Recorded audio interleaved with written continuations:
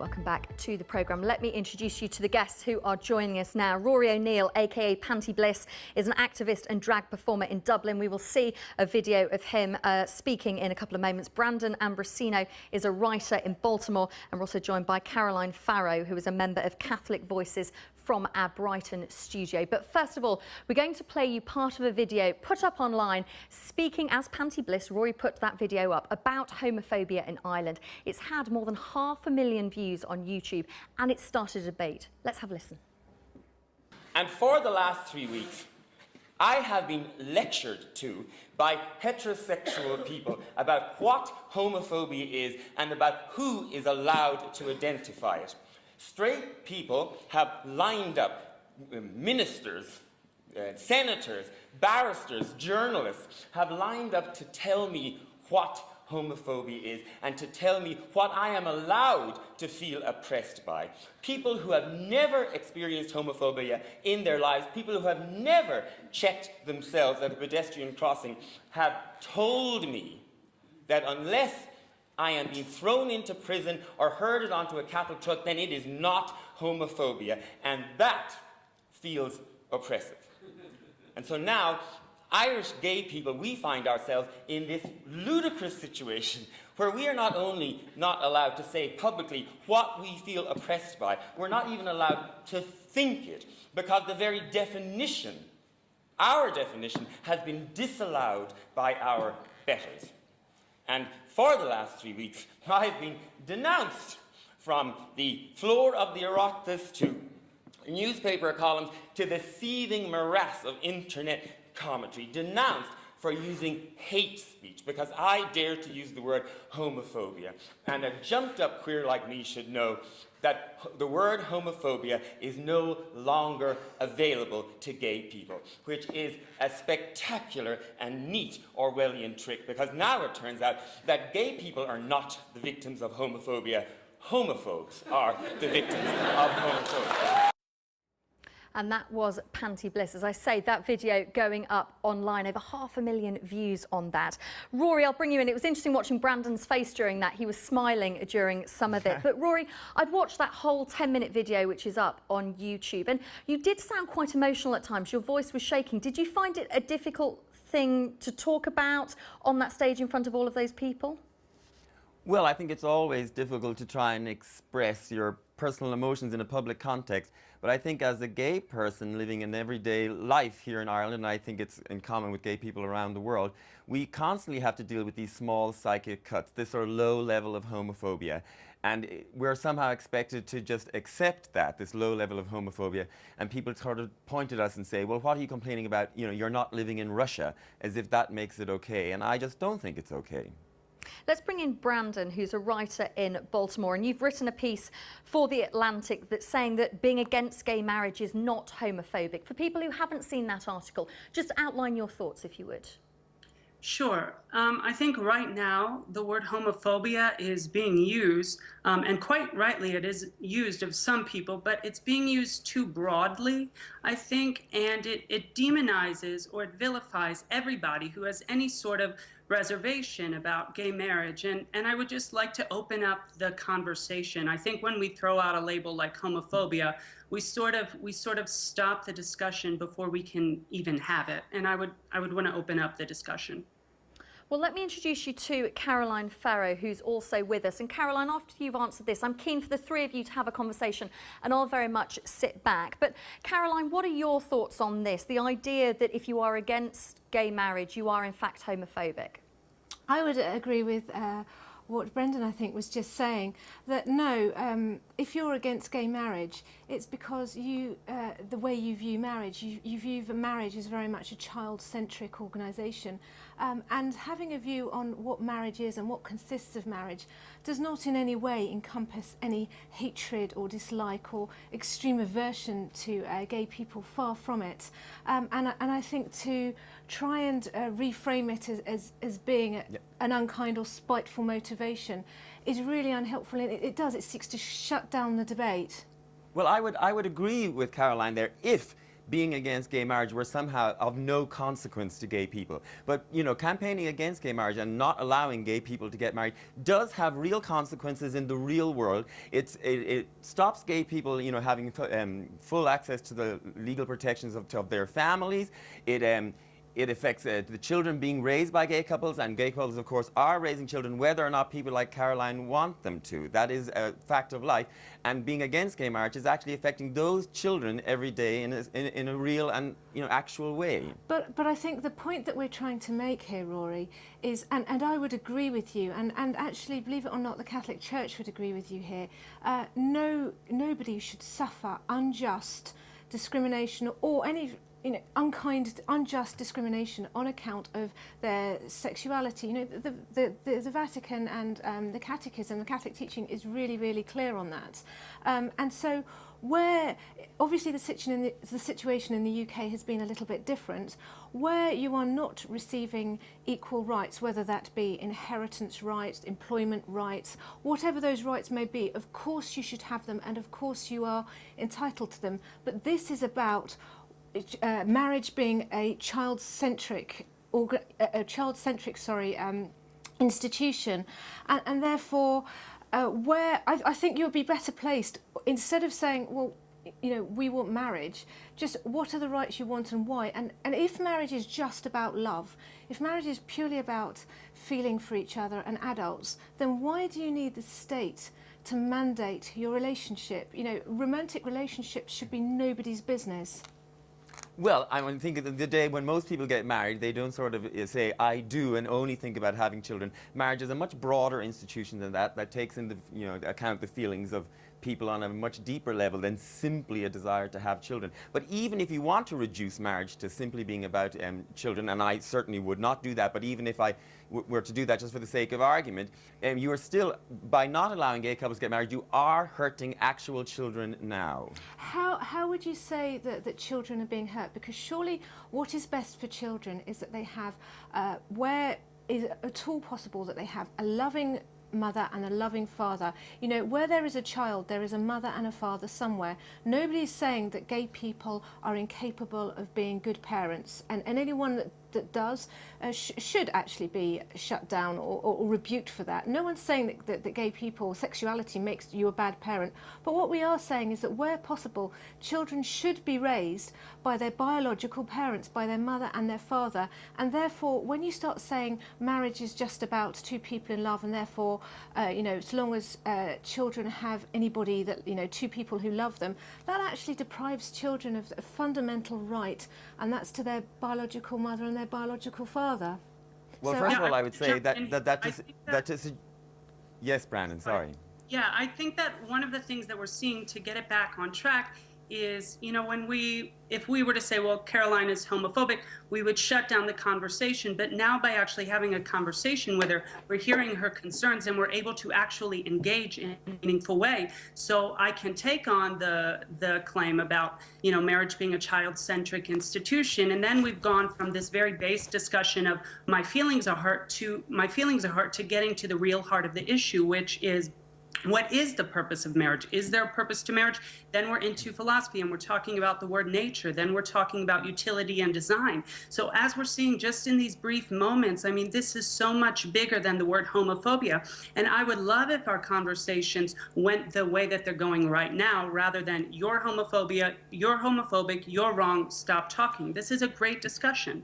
And I just think it's incredible that the word homophobia has become so loaded, and even people who take homophobic positions are absolutely terrified to be called homophobic. Well, but the truth is that we live in a homophobic culture, and all of us are affected by that sort of, you know, deeply ingrained prejudice against gay people. It's just normal and standard because we've grown up in that society.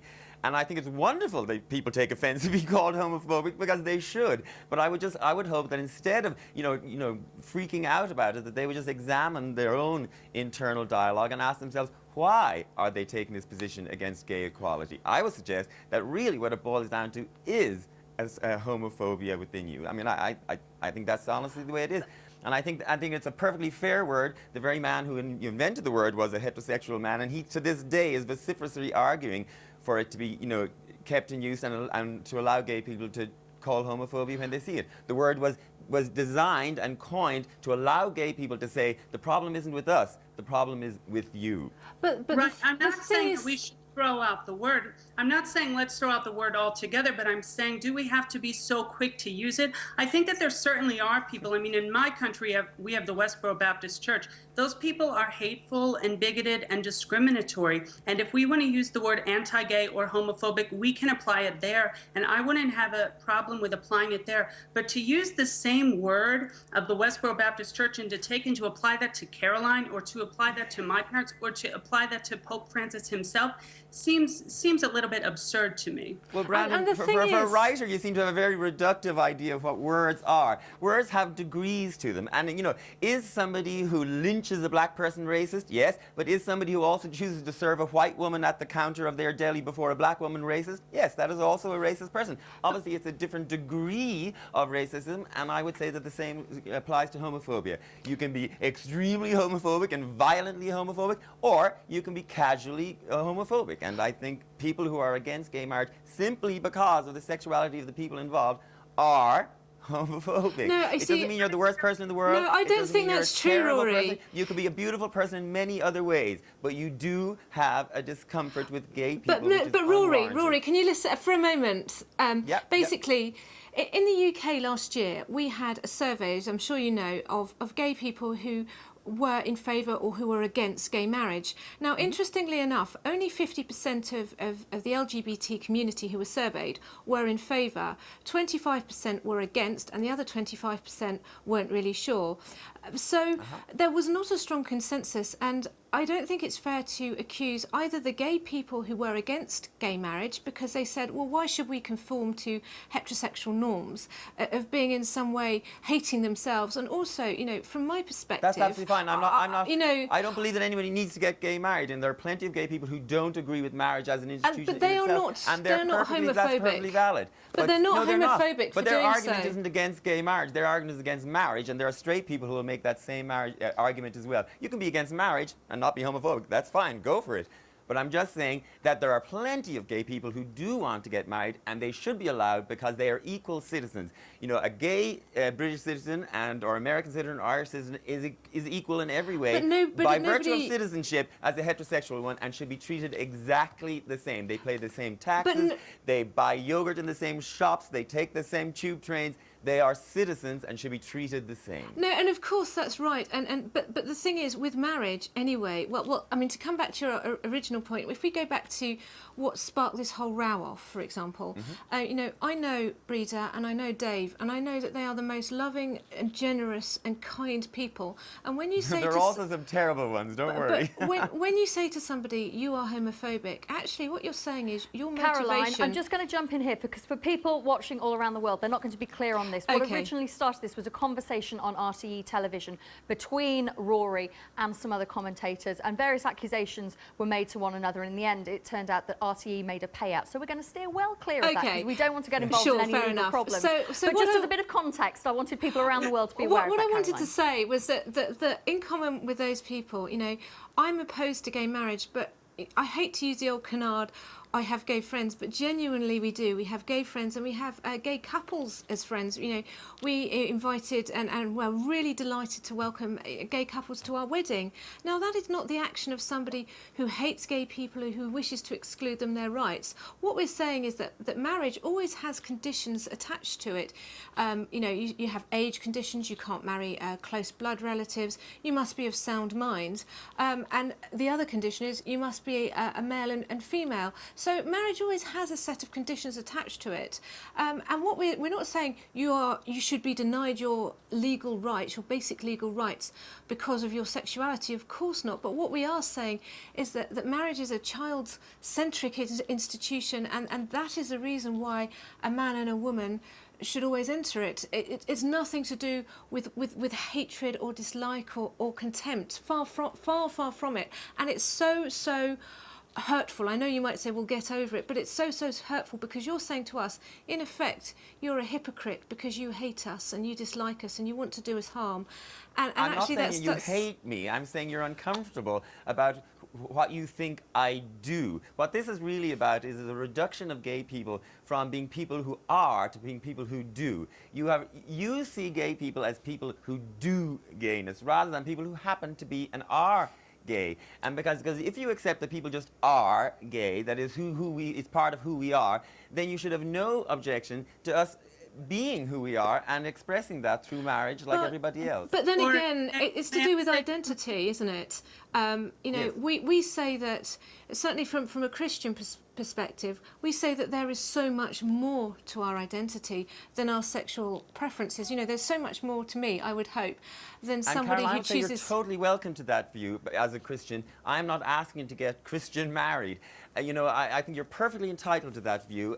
I may not like it, but you know, it's your view, and I'm happy for you to have it if you want Rory, to. I thought But I'm my not looking for husband's Christian blessing. I'm looking for you know, a civil marriage to be just treated the same way under the civil law as everybody else. Rory, Brandon, I know it you're was really desperate to get in. We've interesting got that to you take a talked quick about the break, difference Brandon, so we will between- come straight back to Brandon to carry on with this fascinating conversation in a few minutes' time.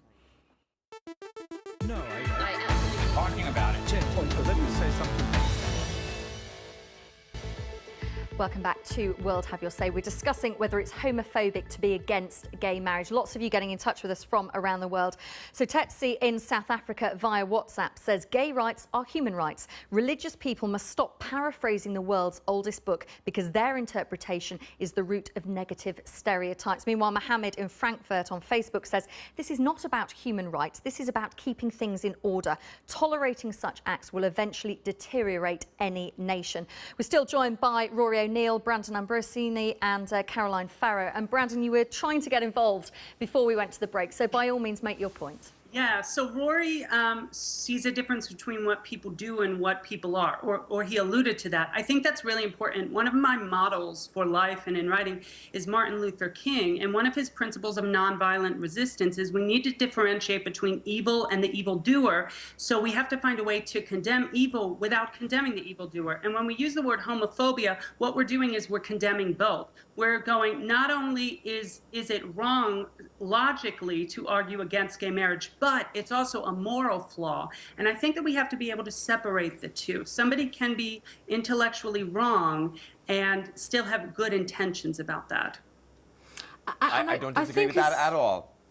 I also think that there's too much emphasis upon what people do. Actually, most of us do not care what other people get up to in the bedroom. You know, and in fact, the church itself has said people should be able to choose their own private acts of morality. These things should not be criminalised, and therefore we aren't. It is. I think there's a lot of projection going on here. We're not saying, oh, these horrible gay people, how vile, how disgusting what they get up to. That's not the point, you know. And nobody, well, certainly nobody I know has that attitude. This is for us to do with society and the common good and a wider principle, and it's not a question of trying to deprive anybody of any civil rights that they should have. Well, you say that's not a question, but that is in effect what you are doing when you campaign against equality for gay people. But do you think marriage is a civil right? Do you think? Yes, do you think I think civil marriage is a civil right.